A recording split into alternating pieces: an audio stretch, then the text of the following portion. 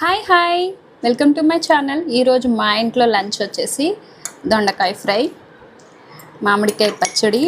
నేను రీసెంట్గా పట్టాను కదా, ఆ మామిడికాయ పచ్చడి ఎలా ఉందో టేస్ట్ చేద్దామనేసి తీస్తున్నాను.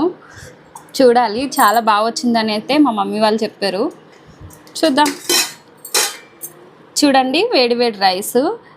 ఈ రైస్లో ఒక స్పెషల్ ఉంది. చూడండి, వెల్లుల్లిపాయలు. ఇవి వెల్లుల్లిపాయలు ఎందుకు వేసాను అని అంటే, మనం వెయిట్ తగ్గాలి అనుకున్నప్పుడు ఈ వెల్లుల్లిపాయలు మనకి వేడి చేస్తుంది అనమాట. దానివల్ల బాడీలో ఉన్న కొలెస్ట్రాల్ కరిగిపోతుంది.